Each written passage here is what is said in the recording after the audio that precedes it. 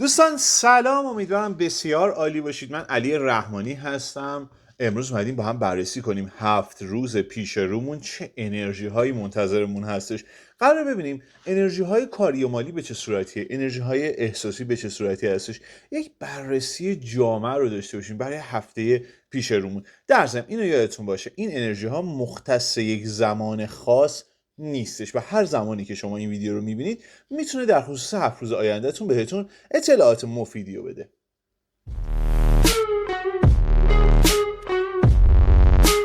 در ضمن یادآوری بکنم این انرژی خانی ها به نیت عزیزانی هستش که کانال رو سابسکرایب دارن و این ویدیو رو لایک کردن.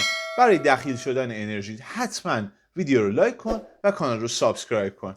حالا هر نیتی که داری چشماتو ببند، با من هم فرکانس شو. از عنصر آب شروع میکنیم انرژی خانیمون رو.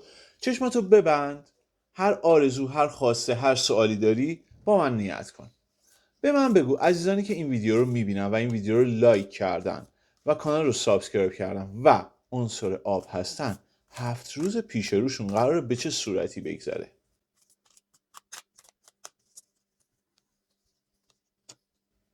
The World. بسیار عالی.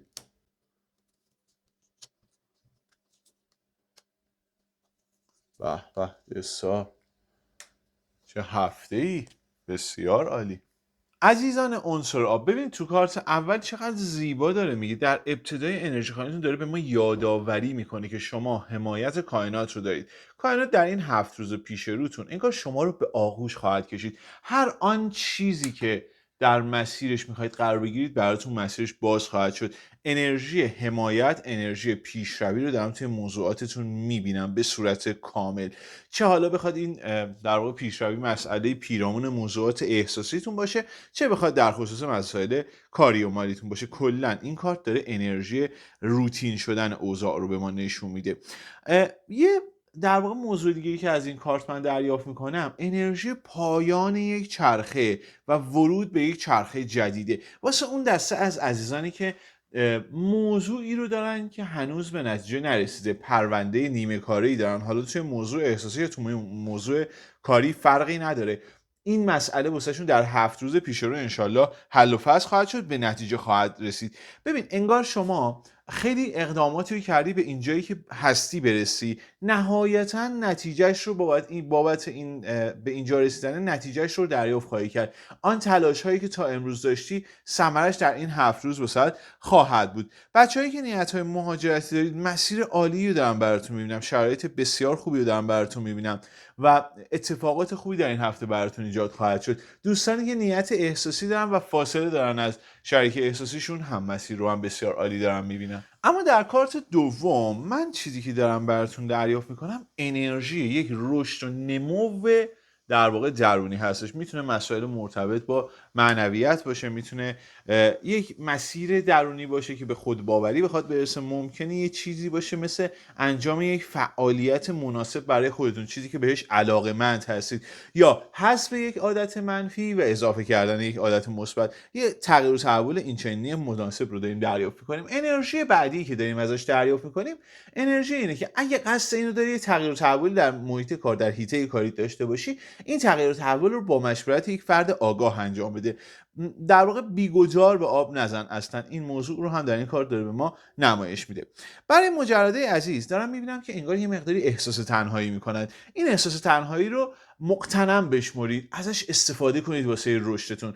بدونید بستگی و مانع جدی در مسیر عاطفی نمیبینم براتون. یه مقدار انرژی منفی ممکنه باشه که در ذهنتون هستش، کنار بذاریدش. انشالله من شرایط رو دارم میبینم به نحوی پیش میره که واقف میشید به این انرژی منفی در این هفته و راهی براتون خواهد بود که این انرژی منفی از خودتون دور کنید. به به، توی کارت بعدی ارتقاء روزی رو دارم براتون میبینم، به آسایش رسیدن رو روی موضوعات مالی داره به ما نشون میده. یه جورایی میتونه خبر بده به ما از یک آرامش ذهنی. اگر که منتظر یک حکم یا یک امضا یا یک مدرک هستید، خبرهای خیلی خوبی رو دارم براتون در این کارت دریافت میکنم. دوستان من، اگر نیت‌های کراشی دارید، کراشتون هم به شما علاقه‌منده، احساسش خوبه نسبت به شما، اما یک مقداری از اعتماد به نفس کمی برخورداره در قبال شما و فعلا گامی رو برنمیداره، ولی بدونید حس خوبه رو ما داریم تو این کارت دریافت میکنیم. ببینید از ابتدای انرژی خانتون تا اینجا خبرهای خوب، شانس رو کلا داریم برای شما دریافت میکنیم. بسیار اوضاع مناسب هستش. یه چیزی رو بدونید، این 7 روز پیش روتون 7 روزی هستش که میتونه همراه باشه با یک سری اتفاقات خارق‌العاده انشالله به امید خدا. اگر کارهایی رو میخواید انجام بدید مثل سرمایه گذاری در فضای مجازی، در بازارهای مجازی، یا مثلا کارهایی مثل قرعه کشی یا مسائل این چنینی که نیاز به شانس داره، این 7 روز پیش روتون انشالله اوضاع مناسبی واسه این قضیه خواهد بود. اگر ارتباطت کات شده هستش، یک خبر یا پیامی رو دارم برات میبینم که میتونه حاوی اتفاقات مثبتی باشه، به شرط اینکه هیجانی عمل نکنی و یه مقداری خودت رو کنترل بکنی، سعی کنی مسائل رو برای خودت با آرامش پیش ببری. و در کارت انتهایی هم انرژی که من دارم براتون دریافت میکنم واسه اون دسته از بچه‌هایی که منتظر یک خبر کاری هستن، دنبال یک در واقع دنبال محقق شدن یک قولی هستن که بهشون داده شده، یا مسئله کار رو دارن میخوان وارد یک کاری بشن. به نظرم میاد تو این 7 روز پیش رو اتفاقات مثبتی براشون خواهد بود. یک حل و فصل شدن و به انتها رسیدن این چشم انتظاری رو دارم دریافت میکنم. برای دوستان متأهلم یا اون عزیزانی که توی ارتباط هستن و رابطهشون دچار یک دستانداز شده، دچار یک به هم ریختگی خدای نخواسته شده و شرایط براشون وارد وادی به هم ریخته شده، بدونید این هفته با یک صحبتی این مشکل حل میشه، این مسئله وارد فضای آرامش خواهد شد. پس نهایتا ارتباطتون یک مقداری استیبل تر در این 7 روز پیش رو جلو خواهد رفت. در کل این چینش من یه برداشتی رو دارم. برداشت من اینه که پیغام تاروت برای شما در 7 روز روبروتون همراه با صلح و آرامش و گشایش خواهد بود، به شرط اینکه اول شرایط رو ببینید، بسنجید، اوضاع رو به صورت جامع واقف بشید بهش، هیجاناتتون رو کنترل کنید و اجازه بدید که اون سیکل طبیعی، اون حمایت بایدی ازتون بشه. انشالله با توجه به این عمل کرد هفته بسیار عالی خواهد بود.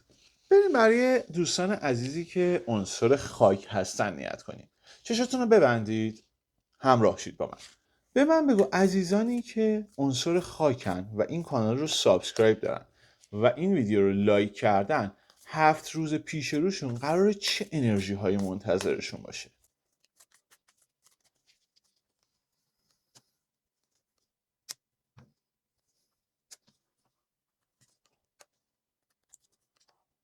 دوستان در کارت ابتدایی داستانی که داریم دریافت میکنیم انرژیش انرژی یک قاطعیت هستش. خروج از یک بلا تکلیفی، رسیدن به یک ثبات بسیار عالی رو داریم براتون دریافت میکنیم در 7 روز پیش روتون. انگار مسائلی که ذهنتون رو برهم ریخته، افکارتون رو دچار ناآرامی کرده، وارد فضای بهبود میشه.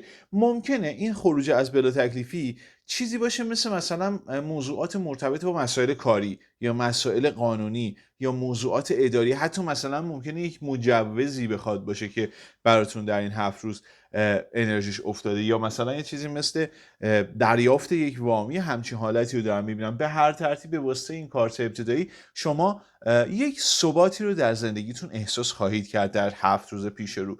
و برای دوستان من که نیت‌هایی مثل نیت‌های احساسی دارن، یه انرژی مخالفتی رو دارم دریافت میکنم که این مخالفت حل میشه، کم رنگ تر میشه، به اصطلاح نرمتر میشه اوضاعش و شرایط بهتری رو در خصوصش تجربه میکنید. کامل از بین نمیره اما اوضاع وارد فضای آرامش و بهبود میشه. واسه عزیزانی هم که نیت‌های پزشکی دارید، مثلا کار مراجعه به پزشک رو دارید یا یک عملی رو دارید، شرایط خوبی رو دارم براتون میبینم و موضوع نگران کننده ای نخواهد بود به هیچ عنوان. در کارت 9 جام انرژی که دارم میبینم شرایط کاری هستش که براتون وارد فضای بهبود میشه. یک معجزه خیلی عالی رو در حیطه کاری و مالی براتون دریافت میکنم، یک پیشرفت عالی، یک ثبت و سند خوب. اگر مثلا قصد در واقع خرید، فروش و معاوضه وسیله نقدی یا خونه رو دارید، اتفاقات خوبی در این 7 روز پیش رو براتون خواهد بود. خبرهای بسیار مناسبی رو دارم براتون دریافت میکنم. ببینید یادتون باشه این کارت داره به ما یادآوری میکنه که 7 روز پیش روی شما این مدلیه که انگار به قول قدیمی ها دست به خاک میزنید طلا میشه. راه براتون باز میشه، مسیر براتون هموار میشه. اگه کار عقب افتاده ای داری، اگه کار اداری داری که حل نمیشه، بدون این هفته زمانشه که بری دنبالش و حلش بکنی، اقدام بکن روش. من شرایط خیلی خوبی رو دارم برات دریافت میکنم. مجرده عزیز دوستای من که در ارتباط نیستین، یه اتفاق احساسی جدید رو دارم براتون میبینم در یک محیطی که یک مقداری خشکه. میتونه مثلا یک شرایطی باشه مثل محیط های کاری و مالی، یک شرایط اینچنینی موقعیت بسیار خوبی رو داره، میتونه واسهتون ارتباط احساسی بسیار خوبی ایجاد شه. برای دوستان من که در رابطه احساسی هستن، خبرهایی در مورد جدی‌تر شدن ارتباطتون دارم براتون دریافت میکنم که انرژی این مسئله هم بسیار عالی هستش، هیچ نیازی به نگرانی نیستش. انرژی جشن، بزم، خوشحالی، آرامش فکری رو داریم براتون دریافت میکنیم و به صورت جامع اوضاع رو به راهی خواهد بود براتون به امید خدا. ببینید توی کارت بعدی داره به ما میگه که یک موضوعی مثل اتفاقات درونی مثبت واسهتون خواهد بود. یک ندای درونی رو براتون در این هفته دارم میبینم که این ندا میتونه باعث این اتفاق بشه که خودتون با خودتون به یک مصالحه‌ای برسید و بتونید مسیر جدیدی رو برای خودتون باز بکنید. انرژیش خیلی روشنه، خیلی عالی هستش و به صورت جامع باعث آرامش فکری شما خواهد بود. یک سری موضوعاتی در رابطتون باز میشه به واسطه این کار که انگار همیشه براتون سوال بوده و این رفع ابهام شدن، این حل و فصل شدن موضوع میتونه ذهنتون رو یک آرامش خیلی خوبی بهش بده انشالله. کلا انرژی روشن شدن موضوعات رو دارم براتون دریافت میکنم. ببینید در کارت بعدی هم دوباره اشاره داره به خروج از بلا تکلیفی. دوباره داره به ما میگه که 7 روز پیش رو انرژی بهبود شرایط ذهنی براتون خواهد بود. من خیلی شرایطش رو خوب دارم میبینم، در کنارش انرژی رو دارم دریافت میکنم. مثل اینکه دیدین یه سری کارهایی رو میخوایم انجام بدیم و هنوز به انتها نرسیده، هی دنبال اینیم که برسونیمش به انتها، بعد بریم سر وقت موضوعات دیگرمون. یه همچین انرژی رو دارم در خصوص موضوعاتتون میبینم که حل میشه و شرایط براتون وارد وادی بهبود خواهد شد. نیازی به نگرانی نیست. در ضمن در 7 روز پیش رومون یه اتفاقی براتون خواهد افتاد که متوجه میشید کسی که دلتون رو شکسته از کارش پشیمونه. برای بچه‌ای که مثلا ارتباط کات شده دارن میتونه شریک احساسشون باشه این شخصی که داریم میبینیم. بازگشت کامل نیست، کاملا این مسئله از دلتون در نمیاد، ولی کاملا متوجه پشیمونی اون طرف خواهید شد. و ببینید چقدر زیبا توی کارت آخر، تازه انتهای هفته، اواخر هفته، انرژی یک شروع جدید رو من دارم براتون میبینم. انرژی یک شروع خوب رو دارم میبینم، یک چیزی که مثلا یک تصمیم گیری باشه برای مسائل کاریتون، یا یک راه کاری جدید بخواد باشه، مسیر جدید بخواد باشه، یا برای یه سریا هم این مدلیه که یک استعدادی رو در خودشون کشف میکنن و موضوعات براشون راحت تر پیش خواهد رفت انشالله. کلا بدونید هفته پیش روتون هفته‌ای هستش که از سردرگمی خارج خواهید شد. در واقع راهنمایی این هفته تاروت این مدلیه که از سردرگمی خارج خواهید شد و افکارتون وارد وادی روشنی خواهد شد و اوضاع ذهنیتون رو من دارم میبینم که به سمت و سوی مثبتی خواهد رفت. انرژی رو به راه شدن ذهن رو ما در این هفته براتون داریم دریافت میکنیم. خب بریم سر وقت عزیزانی که عنصر باد هستن. همراه من بشید، چشاتون رو ببندید، نیت کنیم. به من بگو عزیزانی که عنصر باد هستن و این ویدیو رو لایک کردن و این کانال رو سابسکرایب دارن، چه انرژی هایی در 7 روز پیش رو براشون خواهد بود؟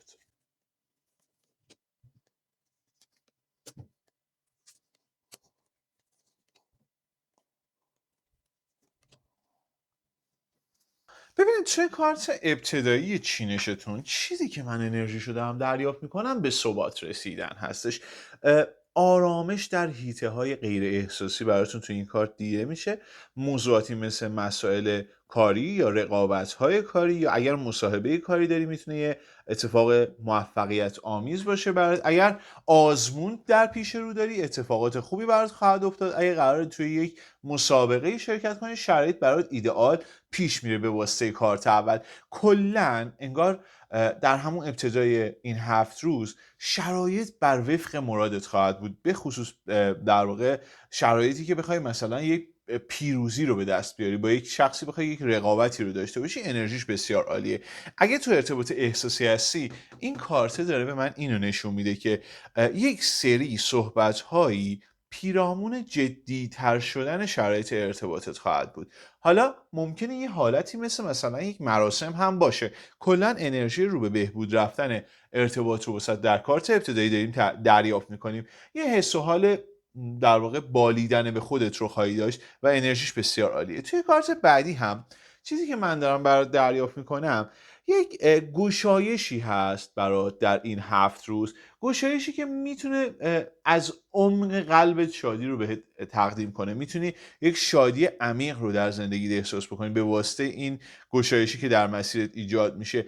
یه جورایی میدونی انگار یه بهبود عاطفی هم میتونه باشه این قضیه. توی هر پوزیشن عاطفی هستید، در هر شرایط عاطفی هستید، حالا چه ارتباطتون کات شده هستش، چه ارتباطتون ارتباطی کراش هستش، چه در رابطه هستید، کلا یک مقداری بهبود خواهد بود. این بهبود شرایط احساسی مشخصاً برای عزیزانی که ارتباط کات شده دارن یه مقداری واضح تر هست و یه مقداری به ما یادآوری میکنه که چیزی تحت عنوان بازگشت به ارتباط خواهد بود. انشالله نیازی به نگرانی و اضطراب نخواهد بود. دوستان من که متأهل هستن تغییر و تحولات خیلی خیلی خیلی خوبی رو در این کارت دارم براتون دریافت میکنم در جهت ثبات ارتباط، در جهت بهبود ارتباط. من چیزی که دارم براتون میبینم به واسه این کارت به یک حالت حس درونی خوشحالی خواهید رسید. یک خوشبختی رو از درون خودتون احساس خواهید کرد در مسائل احساسی و شرایطتون وارد وادی بهبود میشه. اگه نیت بارداری هم داری، این کارت داره به ما در واقع یک خبر خوش در مورد موضوع بارداری رو هم میگه. ببینید چه کارت بعدی ما انرژی در واقع ثبات رو مجددا داریم دریافت کنیم. یه جورایی انگار تاکید میکنه روی این ثباتی که خیلی خوبه، انرژیش خیلی مساعد هستش. کلا این هفته از ابتدا تا اینجا داریم میبینیم که رها شدن ذهنتون از برآشفتگی ها خواهد بود به امید حق و انرژیش خوبه. یه انرژی دیگه ای که از این کارت من برات دریافت میکنم انرژی آموزش هستش. ممکنه مثلا اقدام بکنی در یک مسیر جدید، بخوای یه چیز جدیدی رو یاد بگیری، یک موضوع جدیدی رو آموزش ببینی، خیلی انرژیش خوبه. در مسیرش پا بذار چون برای آینده مالیت بی‌نظیر خواهد بود. انرژیش بسیار عالی هستش. دوستان من که نیت قانونی دارید حتما یادتون باشه از یه فردی مثل وکیل یا مشاور در این مسیر استفاده بکنید. شرایطش رو واسهتون باز میبینم. اگر استفاده کنید پیروزی براتون خواهد بود و به نتیجه مساعد رسیدن رو داریم دریافت میکنیم. دوستان من که نیت مهاجرت دارید یا مثلا دنبال یک چیزی مثل ویزا هستید یا حتی مثلا بچه‌هایی که منتظر وقت سفارتن یا موضوعات این چنینی، من دارم میبینم که در این هفته یک خبرها، یک اتفاقات خیلی خوبی براتون خواهد بود. یک تغییر و تحولات بسیار مثبت رو داریم میبینیم. انرژی دیگه ای که از این کارت من دارم دریافت میکنم اینه که ممکنه شخصی بخواد در واقع در حیطه کاریتون، در محیط کاریتون یک اتفاقات ناخوشایندی واسهتون رقم بزنه. یا این مدلی ممکنه باشه که کسی بیاد به شما خبری رو بده که فلان کس داره پشت سر شما اقداماتی رو میکنه. یک حرفای این مدلی رو ممکنه بشنوید در محیط کار. یادتون باشه این حرفا ممکنه پایه و اساس درستی نداشته باشه، پس نتیجتاً اگر میخواید ریاکشنی بدید، ریاکشن کنترل شده باشه، فکر شده باشه، بی محابا اصلا و ابدا نباشه. این رو در ذهنتون باشه. ممکنه در خصوص رابطه احساسیتون هم این اتفاق بیفته در این 7 روز. کسی بیاد راجع به کیس احساسی شما بخواد یک اظهار نظری بکنه که فلان صحبت رو کرده راجع به شما یا یه در واقع اتفاق این چنینی بخواد باشه. خیلی به این مسئله بها ندید. سعی بکنید که اوضاع رو برای خودتون با آرامش بیشتری پیش ببرید. توی کارت بعدی انرژی که من دارم براتون دریافت میکنم بهبود شرایط احساسی هستش. کلا ببینید 7 روز پیش رو انگار موضوع بهبود شرایط، روتین تر شدن اوضاع و مسائل احساسی برای شما کاملا هستش و شرایط رو روتین داریم میبینیم. در خصوص بحث افرادی که مشکلات خانوادگی دارن یا موضوعات خانوادگی دارن یا دلخوری های خانوادگی دارن هم بدونید این مسائل و موضوعات حل میشه در این هفته و شرایط براتون بسیار روشن خواهد بود. اگه نیت سلامتی داری هم برات اتفاقات خیلی خوبی رو دارم میبینم به واسطه اون کارت انتهایی. کلا کارت آخر اگر بخوایم در حیطه در واقع کاری مالی هم تفسیرش کنیم، راه و مسیر جدید و خوب رو داره به ما نشون میده. و اگه بخوام بگم در این چینش به صورت کلی تاروت چه اتفاقی رو داره برای شما پیش بینی میکنه یا چه راهنمایی رو داره میگه که حواستون باشه و واقف باشید که این هفته احساسی هست برای شما. سعادت احساسی رو براتون داره خبر میده. داره میگه که یک سری فعل و انفعالاتی براتون ایجاد میشه که ذهنتون آرامتر خواهد شد. پیشرفت‌های عاطفی بسیار بی‌نظیر رو خواهید داشت که خیلی میتونه به پیشبرد کلی زندگیتون کمک کننده باشه. بریم سر وقت عزیزانی که عنصر آتش هستن. به من بگو عزیزانی که عنصر آتش هستن و این ویدیو رو لایک کردن و این کانال رو سابسکرایب کردن، چه انرژی هایی برای 7 روز پیش روشون خواهد بود؟